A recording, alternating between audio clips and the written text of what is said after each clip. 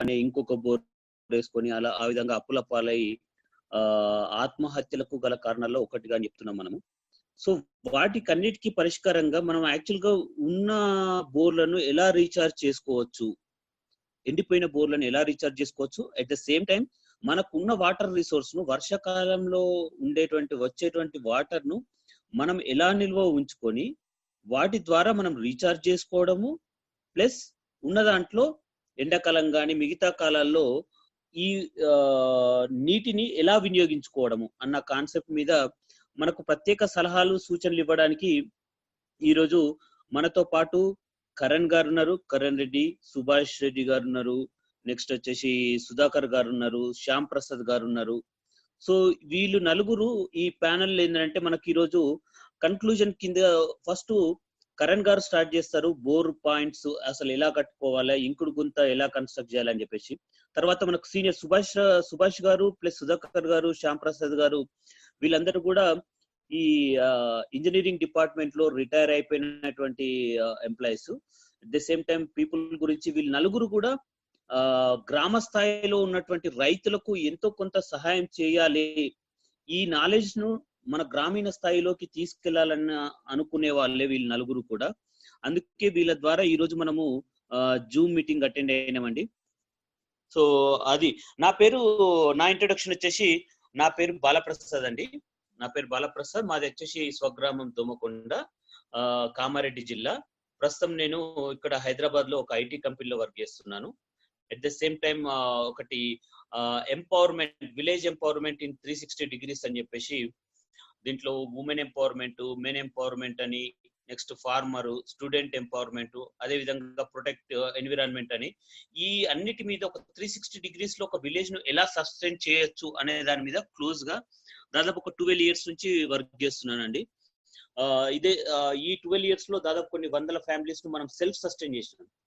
మనకి ఉద్దేశం ఏంటంటే వాళ్ళకి ఏదో డొనేషన్ ఇవ్వడము, దానం ఇవ్వడము కంటే కూడా వాళ్ళకు ఒక స్కిల్ నేర్పించేసి దాని ద్వారా వాళ్ళు నిలదొక్కునేటట్టు చేయడం అనమాట. దానిలో భాగంగానే ఈ రోజు మన సెషన్. నేను ఎక్కువసేపు మాట్లాడడం కంటే మనకు వచ్చినటువంటి గెస్ట్లు కావచ్చు, వాళ్ళు సలహాలు ఇచ్చే వాళ్ళు ఇస్తే, ఈ నలుగురు మాట్లాడిన తర్వాత మళ్ళీ మీకు క్వశ్చనీర్ ఉంటుందండి. నాకు కూడా చాలా మంది ఫోన్ చేస్తారు, ఇట్లా మాది ఇది ప్రాబ్లం ఉన్నది, దీనికి ఏ సొల్యూషన్ అని. ఈ నలుగురు మాట్లాడిన తర్వాత మీరు రాసి పెట్టుకోండి అన్ని, తర్వాత క్వశ్చనీర్కి వెళ్తానండి. ఆ క్వశ్చన్ లో వీళ్ళు నలుగురు మీకు సమాధానాలు చెప్తారు. సో కరణ్ గారు, over to you sir. So మీది షేర్ చేస్తారండి? నాకు అది హోస్ట్ ఇవ్వండి. ఓకే ఇస్తున్నాను సార్. సో లేకపోతే నేను ఎట్లయినా సార్, నేను నా దగ్గర కూడా ఉన్నది మీకు ఇస్తాను, హోస్ట్ ఇస్తున్నాను సార్ ఇప్పుడు. ఎవరన్నా వచ్చే వాళ్ళని జాయిన్ చేస్తారా సార్? నేను చూసుకుంటాను. Okay done. కరెంట్ ఓకే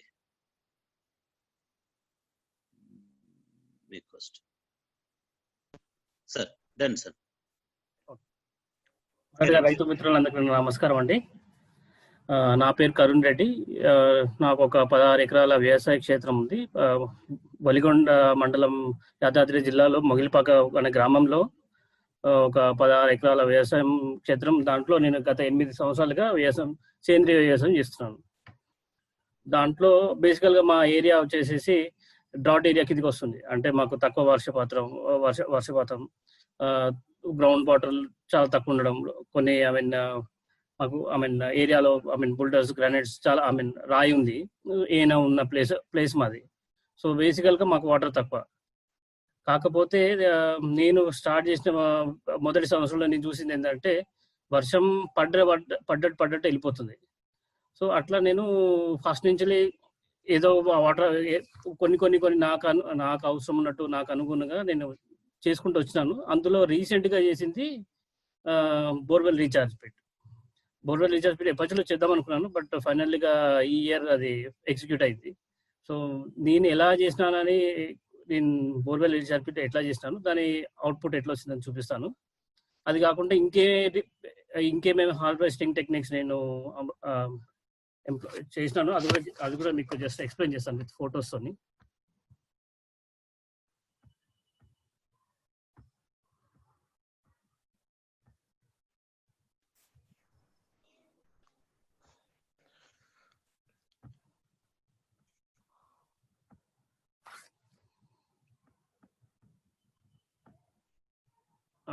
బాలాగారి నా స్క్రీన్ కనపడుతుందా మీకు?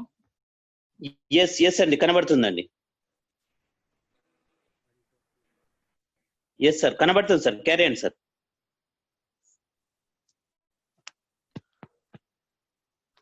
అన్నా ఇది సెషన్ రికార్డ్ అవుతుందన్నా? Sorry for interrupting. రికార్డ్ అవుతుంది రమేష్. ఓకే కరణ్ గారు మీ స్క్రీన్ కనబడుతుందండి మాకు. స్క్రీన్ నేను చిన్న అడ్జస్ట్మెంట్ ఏదో ఉంటే ట్రై చేస్తున్నాను. ఇంతకుముందు బాగానే వచ్చింది, దాని తర్వాత ఏదో తేడా కొట్టేసింది మళ్ళీ. నో ప్రాబ్లం, మీరు ఎక్స్ప్లెయిన్ చేస్తూ ఉండండి సార్, మన వాళ్ళు అర్థం చేసుకుంటారు. అందరూ అదే ఫీల్డ్ లో ఉన్నారు కాబట్టి అండర్స్టాండ్. బేసికల్ గా బోర్వెల్ రీఛార్జ్ పెట్టి తీయడానికి నాకు మీ స్క్రీన్ లో చూస్తున్నట్టు రైట్ సైడ్ లో ఉన్నది functioning bore and left side ఉన్నది నాన్ ఫంక్షనింగ్ బోర్. అంటే నేను బోర్ వేసినాను, ఆల్మోస్ట్ లైక్ 220 feet వేసినాను, బట్ నాకు వాటర్ ఏం పడలేదు. సో అట్లా అని చెప్పేసి నేను కేసింగ్ తీసేయలేదు. ఏదో ఒక రోజున నేను బోర్వెల్ రీఛార్జ్ చేయాలి, వాటర్ హార్వెస్టింగ్ చేయాలి అనే ఉద్దేశంతో దాన్ని అట్లే వదిలేసి పెట్టినాను. 2 years అయింది బోర్ వేసేసి. బట్ లాస్ట్ ఇయర్ ఏం చేసినానంటే ఇంకా దాని నాకు కొద్దిగా ఎక్సెస్ ఫ్లో, మిగతా పక్కన ఉన్న రైతుల దగ్గర నుంచి, రైతుల పొలాల నుంచి నాకు కొద్దిగా వాటర్ వస్తుంది. సో ఈ వాటర్ని మనం ఎట్లా యూజ్ చేసుకోవాలి, ఎట్లా కాపాడుకోవాలి అని చెప్పేసి ఉద్దేశంతో ఈ కేసింగ్ అట్లే వదిలేసి పెట్టినాను. సో లాస్ట్ ఇయర్ ఏం చేసినానంటే ఈ కేసింగ్ చుట్టూ 3 meter by 3 meter by 3 meter pit తీసినాను. సో ఈ రైట్ సైడ్ ఉన్న దాంట్లోనేమో యాక్చువల్గా అది కొద్ది పెద్దది, ఎందుకంటే ఇంకొద్ది ఎక్కువ ఏరియా తీసుకోవాలనే ఉద్దేశంతో కొద్ది పెద్దగా చేసుకున్నాను. నార్మల్ గా అందరు ప్రాక్టీస్ చేసేది 3 meter by 3 meter by 3 meter. So ఇది నేను ఒక జేసీబీతో దించినాను, గంటన్నరలో అయిపోయింది మొత్తం ఈచ్ పిట్. సో ఈ ఎంత టైం పడుతుంది, ఎందుకు అని చెప్తున్నా అంటే మీకు కూడా ఒక ఖర్చు, ఒక అవగాహన వస్తుంది అనే ఉద్దేశంతో చెప్తున్నాను.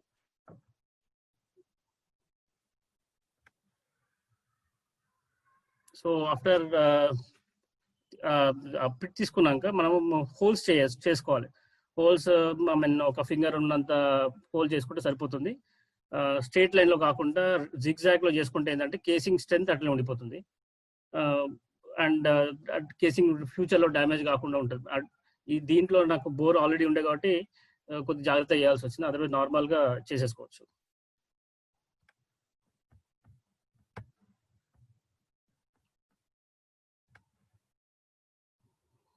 సో ఈ కేసింగ్ లో బేసికల్ గా మనకు ఫ్యూచర్ లో వాటర్ వస్తుంది. ఈ వాటర్ తో పాటు మనకి సిల్ట్ అండ్ డస్ట్ కూడా వస్తుంది.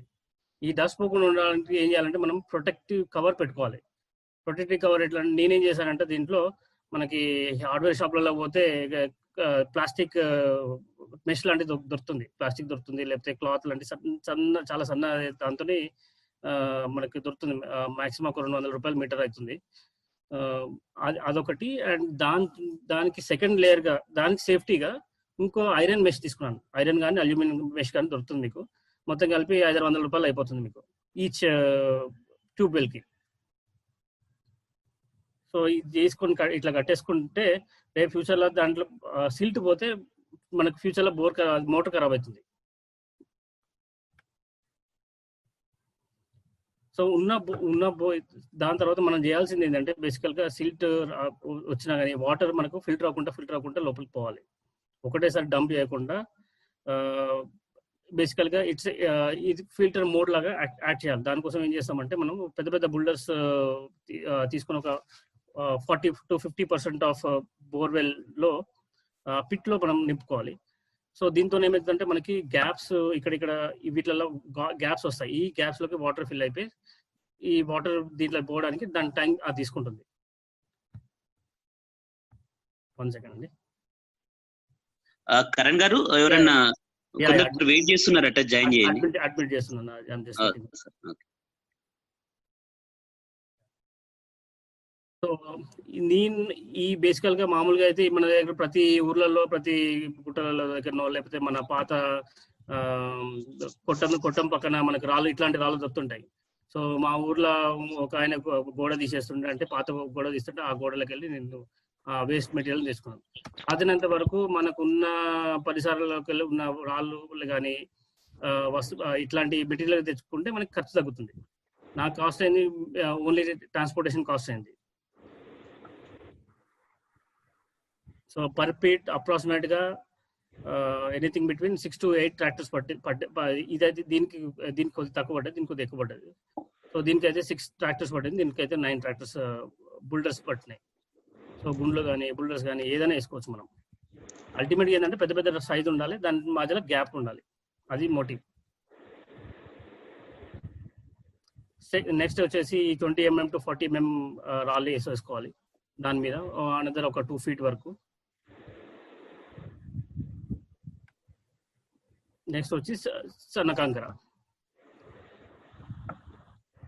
ఇది అనదర్ ఒక 2 feet వేసేసుకుంటే మొత్తం కలిపి 10 feet లో 4 feet ఏమో మనం పెద్ద పెద్ద బండలు వేసుకున్నాం. తర్వాత ఒక 1.5 feet వరకు ఈ దొడ్డు కంకర, తర్వాత 1.5 feet వరకు సన్న కంకర. సో మొత్తం కలిపి 7 feet అయిపోయింది. 10 feet మనం 7 feet కవర్ చేసినాం. 7 నుంచి 8 మధ్యలో వేసుకోవచ్చు, నో ప్రాబ్లం.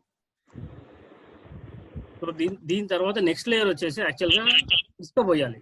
ఇసుక అంటే మన సన్నటి ఇసుక కాదు, ఇసుక పట్టినాక మనకి దొడ్డు ఇసుక ఉంటుంది కదా, ఆ దొడ్డు ఇసుక పోయాలి యాక్చువల్గా. సో ప్రస్తుతానికి అది అవైలబిలిటీ లేదు కాబట్టి ఇంకా నేను కంప్లీట్ చేయలేదు. నెక్స్ట్ లెవెల్లో దొడ్డు ఇసుక పోసుకొని ఈ చుట్టూ మనకు ఒక రాయితోని కట్టడం కట్టుకోవాలి. సో దట్ ఏంటంటే వాటర్ దీంట్లోకి వచ్చి వెంటనే బయటికి వెళ్ళిపోకుండా ఉన్న వాటర్ పర్కులేట్ కావడానికి ప్రతిదానికి దేనికైనా టైం పడుతుంది. ఎంత బోర్వెల్ ఉన్నా సరే, 200 feet ఉన్నా సరే, 300 feet ఉన్నా సరే, ఇమ్మీడియట్ గా వాటర్ పర్కులేట్ కాదు. ఎందుకంటే దీంట్లో పట్టే వాటర్ మొత్తం ఇది ఖాళీ కాదు, ఎందుకంటే దీనిలో రాళ్ళు ఇవన్నీ ఉన్నాయి కాబట్టి ఈ వాటర్ ఇంకుడుకుంటా స్లోగా దానికి బోర్లోకి వెళ్తుంది. సో అప్పుడప్పుడు it will take few hours. అంటే వర్షాకాలం చాలా వర్షాలు పడడానికి ఇంకా స్లోగా పోతుంది. ఫస్ట్ వర్షం తొందరగా వెళ్ళిపోతుంది, బట్ తర్వాత వర్షానికి ఎందుకంటే వాటర్ టేబుల్ పైకి వస్తుంది కాబట్టి చాలా స్లోగా వెళ్తుంది. So just to give a live example, నా దగ్గర లాస్ట్ ఇయర్ నేను పిట్ తీసినాను, ఇయర్ ఫిల్ చేసినాను కదా. సో లాస్ట్ ఇయర్ పిట్ తీసినప్పుడు చూడండి, ఇది వర్షం పడ్డప్పుడు వెంటనే నీళ్ళు కిందకి వెళ్ళిపోలేదు, వర్షం ఇంకడానికి టైం తీసుకుంటుంది. ఓకే, అప్పటికే దీంట్లో హోల్స్ ఉన్నాయి, ఈ రెండింటికి హోల్స్ ఉన్నా సరే వాటర్ ఇంకడానికి it is taking its own time. అంటే బోర్లో మనకి వాటర్ పర్కులేట్ కావాలి, పర్కులేట్ ఇట్లా పడి లోపల వర్టికల్గా పోయి తర్వాత హారిజంటల్గా పోవాలి. హారిజంటల్ గా ఓపెన్ ఉన్నప్పుడే వాటర్ ఫస్ట్ వెళ్ళిపోతుంది. అది ఓపెన్ కానంత వరకు హారిజంటల్ గా పర్కులేట్ కావడానికి కూడా అక్కడ కూడా టైం తీసుకుంటుంది. ఎట్లయితే మన భూమి మీద టైం తీసుకుంటుందో లోపల అండర్ గ్రౌండ్ లో కూడా అంత టైం తీసుకుంటుంది. అందుకోసమే ఈ వాటర్ మనకి లోపల పోవడానికి నాకు ఆల్మోస్ట్ లైక్ 1 week పట్టింది. So you can see this one. So gradual గా ఇది బోర్లకే పోయి ఉండొచ్చు, లేకపోతే కొద్దిగా గ్రౌండ్ లో కూడా పోయి ఉండొచ్చు. ఇది బోర్వెల్ రీఛార్జ్. ఓకే, రీసెంట్ గా లైవ్ గా నేను I try to share video.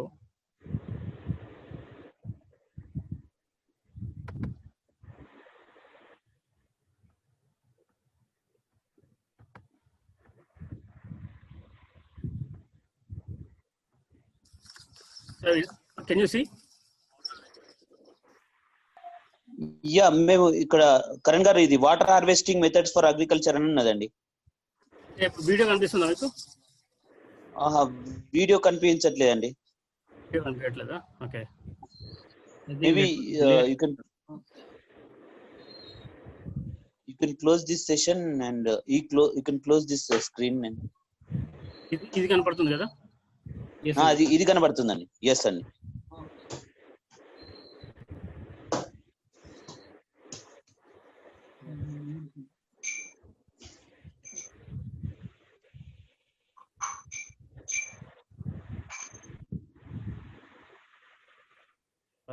I'll try to connect later on. అది ఎట్లా వర్కింగ్ చేస్తుందో I'll try to collect in the meanwhile. So this is how the borewell recharge pit actually works. Okay, ఇది కాకుండా last few years లో this is the latest one. But ఇంతకంటే ముందు నేను I have done couple of other water harvesting techniques కూడా I employed in this particular land. So ఇది ఎందుకు చేశానో చూడాలంటే first of all the land ఎట్లా అంటే చూసుకోవాలి. మీకు అవగాహన రావాలి అంటే ఇవాళ ఎట్లా ఉంది పరిస్థితి, గత 8 సంవత్సరాల క్రితం పరిస్థితి ఎట్లా ఉందో కూడా తెలిస్తే మీకు రియల్ టైమ్ గా చూసినట్టు ఉంటుంది. And then you feel confident that మనం చేస్తే మనకు రియల్ గా వర్కౌట్ అవుతుందా కాదా. So I'm just going to share few examples. ఇది 2011 లో నేను వ్యవసాయం స్టార్ట్ చేయకముందు ఉన్న ల్యాండ్ పరిస్థితి ఇది. ఓకే, ఒకసారి మొత్తం ల్యాండ్ క్లియర్ చేసినాక this is how the topography of the land. So నాకు ఈ పక్క నుంచి ఇటు నుంచి ఇక్కడ దాకా స్లోప్ ఉంది, వాటర్ ల్యాండ్ ఇటు నుంచి ఇటు స్లోప్ ఉంది, ఇటు నుంచి ఎక్కడైతే తాటి చెట్లు ఉన్నాయో అక్కడ దాకా నాకు స్లోప్ ఉంది. So angle of slope is somewhere around 15 to 20 degrees of slope ఉంది. నా బార్డర్ నుంచి నా కింద ఒక బార్డర్ నుంచి ఇంకో బార్డర్కి వచ్చేసరికి 15 to 20 degrees యాంగిల్ స్లోప్ ఉంది, నాకు కంటిన్యూస్ స్లోప్ ఉంది అది. సో నా పక్క నుంచి ఏ వర్షం వచ్చినా ఇటకలు వెళ్ళిపోతుంది, డైరెక్ట్గా ఇటకలు వెళ్ళిపోతుంది, ఇటు వచ్చి మధ్యలో వెళ్ళిపోతుంది. సో ఈ స్లోప్ మీకు కనపడుతుంది, ఇదే స్లోప్లో వాటర్ వచ్చేసేసి గష్ అవుట్ అయ్యి వెళ్ళిపోతుంది. So I show you the water also. ఇది చూడండి, నాకు పక్కన నుంచి వర్షం వస్తున్నప్పుడు ఇక్కడ చిన్న బండ్లా ఉంది కాబట్టి ఇక్కడ ఆగింది, బట్ అదర్వైజ్ చూడండి water is going out. So this is in 2012 my observation ఏంటంటే వర్షం పడుతుంది కానీ వర్షం పడ్డట్టే వెళ్ళిపోతుంది. సో దాన్ని మనకు వర్షం అసలే లేదని కాదు, మనం ఏం ఎడార్లో లేము, బట్ ఆన్ యావరేజ్గా 600 to 700 mm ఆఫ్ వర్షం పడుతుంది. ఈ వర్షంని మనం ఎట్లా కాపాడుకోవాలి, ఎట్లా సేవ్ చేసుకుంటే మనకి ఎక్కువ యూజ్ అవుతుంది. ఎందుకంటే నాకున్న 16 ఎకరాలు పండకపోయిన దానికంటే 1 ఎకరం పోయినా సరే మిగతా 15 ఎకరాలు పండాలని ఒక ఆలోచనతో నేను I started doing it. So అప్పుడు గవర్నమెంట్లో ఒక ఆప్షన్ ఇచ్చిండే, ఇట్లా బండ్ కట్టుకోవడానికి. కానీ ఇంకోటి దర్ ఆర్ 2 ways. ఒకటి ఇది బండ్, ఒకటి ఇంకోటి ఐఎమ్ నాట్ గెటింగ్ గుర్తుకొచ్చిన చెప్తాను. సో దీంట్లో ఏంటంటే నాకు బయట నుంచి వచ్చిన వర్షం ఆగడానికి నేను గవర్నమెంట్ సపోర్ట్ తోని సగం గవర్నమెంట్ ఇచ్చింది, సగం నేను పెట్టుకొని 1 ఎకరం పోయినా సరే అని చెప్పేసి ఈ బండ్ నేను తయారు చేసుకున్నాను. సో ఇది నా నార్త్ ఈస్ట్ కార్నర్ లో ఉంటుంది, more or less north east corner లో ఉంటుంది ఈ bund. So almost it takes around 1/2 acre to 1 acre of the land. So దాంతో పాటు ఈ బండ్ కట్టడానికి కావాల్సిన మట్టిని నా క్షేత్రంలోకి వెళ్ళి తీసుకొని ఇక్కడ పోసుకున్నాను. సో దట్ ఏంటంటే నాకు డిఫరెంట్ డైరెక్షన్స్లోకి వెళ్ళి నాకు వాటర్ వస్తుంది. ఒక సైడ్ వచ్చిన డైరెక్షన్స్ ని ఒక 2-3 డైరెక్షన్స్ వచ్చిన వాటర్ ని ఈ బండ్ చూసుకుంటుంది. ఎక్కడైతే మిస్ అయిపోతున్న వాటర్ ని నేను ఇక్కడ తీసుకుంటున్నాను. సో ఎక్కడెక్కడ మనకు ఆప్షన్ ఉందో, ఎక్కడెక్కడ పాసిబిలిటీ ఉందో అక్కడెక్కడ నేను వాటర్ హార్వెస్టింగ్ కోసం పిట్స్ కానీ, ఇది పిట్ లాగా తీసుకున్నాను, ఇది బండ్ లాగా తీసుకొని I started it. Sir Karun గారు, ఒక్కసారి ఇప్పుడు మీరు చెప్పింది ఒక్కసారి మళ్ళీ రిపీట్ చేయండి. ఈ బండ్ ఏర్పాటు చేశానన్నారు కదా, అది అంటే ఒక చోట ఇచ్చింది ఇంకో చోటకి వస్తుంది అన్నారు కదా, అది ఒక్కసారి మళ్ళీ రిపీట్ చేయండి సార్. ఓకే, ఈ బండ్ ఎక్కడ చూపిస్తాను ల్యాండ్ మొత్తంలో. సో ఇఫ్ యు సీ, ఇది నా this is the west side of the plot. ఇది ఎక్కడైతే ఉందో this is the west side of the plot. ఇక్కడ బండ్ ఉంది. Okay, so water is flowing from west to east. ఇది north, ఇది east, ఇది వెస్ట్. వెస్ట్ నుంచి ఈస్ట్కి నా వాటర్ అంతా వెళ్ళిపోతుంది. ఈస్ట్ సైడ్ నాకు కంప్లీట్ స్లోప్ ఉంది. సో వెస్ట్ నుంచి ఈస్ట్ కంప్లీట్ వాటర్ వెళ్ళిపోతుంది. సో నాకు షో యూ, నాకు ఇట్లకెళ్ళి వాటర్ వస్తుంది, ఇట్లకెళ్ళి వాటర్ వస్తుంది, ఇట్లకెళ్ళి వాటర్ వస్తుంది. సో ఆల్ 3 సైడ్ నుంచి నాకు వాటర్ వస్తుంది. ఓకే, సో ఈ వాటర్ ఇట్లా ఈ స్లోప్ ఇట్లా వచ్చేసి ఇట్లా పడి ఇట్లా వెళ్ళిపోతుంది. వెనకలో వచ్చే వాటర్ డైరెక్ట్ ఇట్లా వెళ్ళిపోతుంది. ఇట్లకెళ్ళి వచ్చే వాటర్ ఇట్లా పడి ఈ మధ్యలోకి వచ్చేసి ఇట్లా వెళ్ళిపోతుంది. సో 3 డైరెక్షన్స్ ఉన్న వాటర్ నాకు వస్తుంది, బట్ నేను ఆపుకోలేకపోతున్నాను. సో నేను ఇక్కడ ఏం చేసినాను, బండ్ ఈ ప్రాంతంలో నేను స్టార్టెడ్ బిల్డింగ్. సో ఈ 3 డైరెక్షన్లో వచ్చే వాటర్ని ఈ బండ్ తీసుకుంటుంది. ఈ డైరెక్షన్లో వచ్చే వాటర్ని సగం తీసుకుంటుంది. ఇంకో సగం తీసుకోవడానికి, ఇంకో సగం క్యాప్చర్ చేయడానికి ఇది కట్టినాను. ఈ పిట్ వచ్చేసేసి ఈ బండికి బ్యాక్ సైడ్ లో ఉంటుంది. సో ఇది పెద్ద పిట్ ఏం కాదు, బట్ ఓకే, ఇక్కడ ఉన్న కొద్ది మట్టిని ఈ బండి కట్టడానికి ఇక్కడ మట్టిని తీసుకున్నాను. దీన్ని స్లోప్ చేసేసి ఈ మట్టిని తోడుకొని ఇక్కడ కొద్దిగా పోసుకున్నాను. ఇక్కడ నుంచి కూడా తీసుకొని ఇక్కడ పోసుకున్నాను. Got the point? Okay sir. So 2 places లో నాకు ఈ సైడ్ నుంచి వచ్చే వాటర్ ని సగం ఈ బండి తీసుకుంటుంది, ఇంకో సగం ఇది తీసుకుంటుంది, డైరెక్ట్ వెళ్ళిపోకుండా. సో ఇంట్లో ఓవర్ ఎక్సెస్ అయిందే వెళ్ళిపోవాలని నా ప్రయత్నంతో ఇక్కడ నేను ఇంకో పిట్ తీసినాను. ఇది బండ్. ఓకే, సో ఇది నేను చేసి somewhere around April to May మధ్యలో చేసినాను ఈ రెండింటిని. వర్షం వచ్చినప్పుడు దిస్ ఈజ్ సమ్వేర్ అరౌండ్ జూలైలో. Okay, you can see water is coming. Okay, ఈ పిట్ లో ఈ బండ్లో వాటర్ ఫిల్ అవుతుంది. ఇది అదే మంత్ జూలైలో వచ్చిన వాటర్ ఇది. సో ఎంత ఏరియా కవరేజ్ ఉంది యాక్చువల్గా ఇది బట్ నేను బై ద టైం ఫోటో తీసేవారికి వాటర్ ఆల్రెడీ సింక్ అయిపోయింది. So water has already percolated into the soil. Okay, this is the capacity. So ఒక సంవత్సరంలో ఆన్ యావరేజ్ గా ఈ బండ్ వచ్చేసి ఈ లెవెల్ ఆఫ్ వాటర్ వచ్చేసి ఆన్ యావరేజ్ గా 4 to 5 times నిండుతుంది. So then now you can assess how much of water is that I'm able to set. ఈ వాటర్ అంతా ఎక్కడ పోతుంది? భూమిలోకే పోతుంది, మళ్ళీ ఎక్కడికి పోతుంది, ఎవాపరేట్ అవుతలేదు. సో ఈ వాటర్ మొత్తం పర్కులేట్ కావడానికి ఆల్మోస్ట్ లైక్ 10 days పడుతుంది. ఫస్ట్ రెయిన్ అయితే 10 days అయిపోతుంది, మొత్తం పర్కులేట్ అయిపోతుంది భూమిలోకి. తర్వాత వచ్చేది it will take little bit of time, 20 days, 3 weeks నుంచి 4 weeks, తర్వాత 1 month 2 months అట్లా పోతుంది. సో ఒక ఇయర్ లో ఓవరాల్ గా ఒక 4 to 5 times మాత్రం అట్లీస్ట్ నిండుతుంది. ఇది లాస్ట్ ఇయర్ కొద్దిగా ఎక్కువ నిండింది, but on average 4 to 5 times. So ఇంతకుముందు మీరు చూసిన పిట్ ఇది. సో డిఫరెంట్ డైరెక్షన్స్ వచ్చిన వాటర్ ని ఈ పిట్ తీసుకున్నది. ఎక్సెస్ ఉన్నది ఇటు నుంచి బయటకు వెళ్ళిపోతుంది ఇంకా. సో ఈ పిట్ వచ్చేసి ఆన్ యావరేజ్ వచ్చేసి ఇక్కడ అరౌండ్ 10 feet ఉంటుంది, డెప్త్ వచ్చేసి 8 to 10 feet ఉంటుంది. సో ఇక్కడి నుంచి ఇక్కడికి వచ్చి లెంత్ ఆన్ యావరేజ్ కి అరౌండ్ 60 to 70 feet ఉంటుంది. సో ఇది ఆ ఇయర్ ఎక్స్పీరియన్స్. సో దాని తర్వాత నా అబ్జర్వేషన్ ఏంటంటే వాటర్ వస్తుంది, కానీ బండ్ తీసుకునే దానికంటే ఎక్కువ వాటర్ వస్తుంది నాకు యాక్చువల్గా. ఓకే, ఇక్కడ చూస్తే మీరు ఇది చూడండి, ఇక్కడ దాకా వెళ్ళిపోయింది. ఓకే, ఒక సీజన్ లో వాటర్ ఇక్కడ దాకా చేరి ఆల్మోస్ట్ నాకు ఒక ఇప్పుడు ఇది ఈస్ట్ లో ఉంది కదా, నాకు almost like 80% of west direction దాకా వచ్చేసింది వాటర్. అంటే నేను ఏమైనా పంటలు వేసుకుంటే ఎగిరిపోతాయి పంటలు, అంటే వాటర్ ఒక 3 రోజులు ఉన్నా సరే పంటలు ఖరాబ్ అయిపోతాయి. సో దానికి నేను ఏం చేయాలి అని చెప్పేసి ఆలోచనతో ఇది నా అబ్జర్వేషన్. ఈ ఇయర్ లో ఇది వాటర్ అయితే అవుతుంది, బాగానే ఉంది, వాటర్ పర్కులేట్ అవుతుంది, అన్ని బాగానే ఉంది, కానీ నా పంట కూడా నష్టం పోవద్దు. సో దానికి నేను ఏం చేసిన అంటే వచ్చే వాటర్ కూడా అక్కడ ఆపుకొని ఎక్సెస్ అయిన వాటర్ని మనం లోపల తెచ్చుకోవాలి. సో అందుకోసం నేను ఏం చేశాను, ల్యాండ్ మొత్తం పెద్ద బండ్స్, చిన్న బండ్ అంటే మన వరి పొలాల ఎట్లయితే బండ్లు ఉంటాయో ఆ విధంగా నేను ఎకరానికి ఒకటి చొప్పున ఇట్లా పెద్దగా చేసినాను. ఇది దాటి ముందుకు వస్తే ఈ కాలువ నుంచి వచ్చేసి మనకి ఇంత ముందు వచ్చిన పెద్ద బండ్ ఉంది కదా, ఆ బండ్ లోపలికి వాటర్ వెళ్ళిపోతుంది. సో అప్పటిదాకా ఇది తీసుకుంటుంది, ఆ ప్రెషర్ ఇది తీసుకుంటుంది.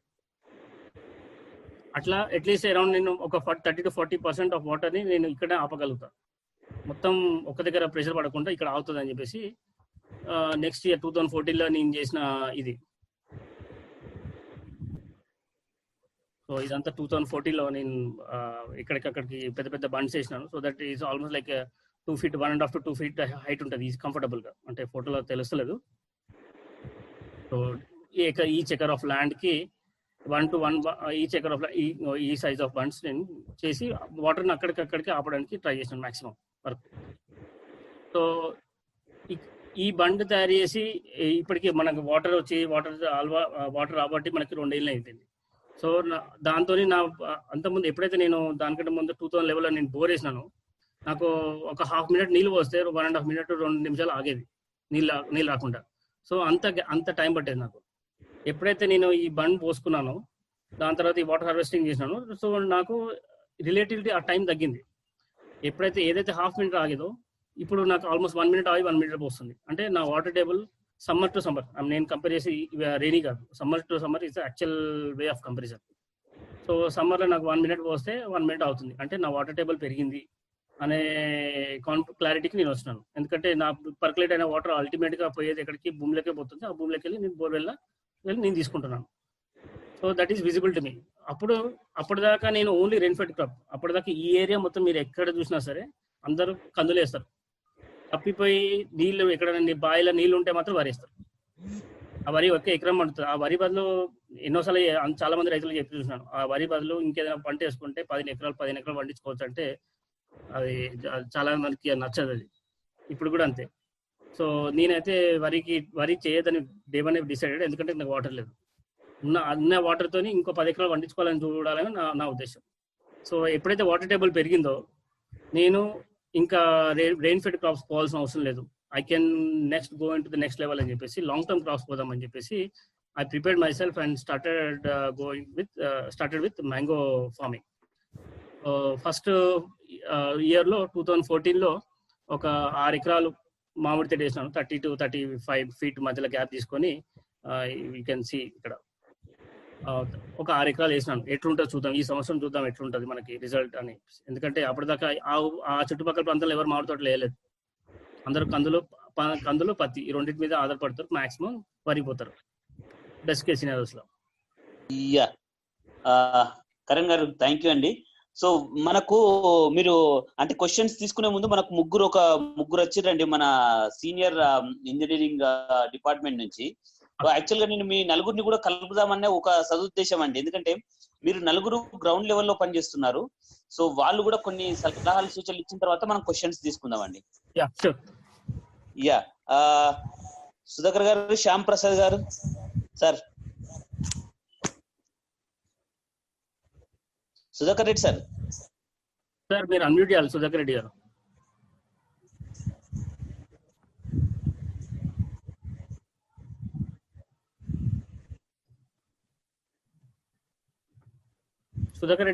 అన్మ్యూట్ చేయాలి మీరు.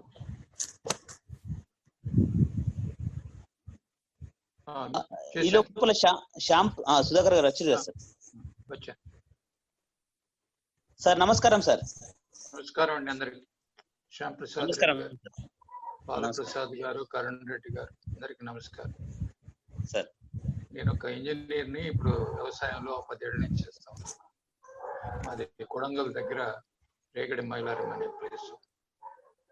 మాకు విశ్రాంతి ఇంజనీర్ల సహకారం కూడా ఎందుకు ప్రస్తుతం నేనే కొంతమంది రైతులు నా అనుభవంతో అందరికి కూడా రైన్ హార్వెస్టింగ్ మీద కనీసం ఒక 10-20 మందికి చేసి ఉంటాను.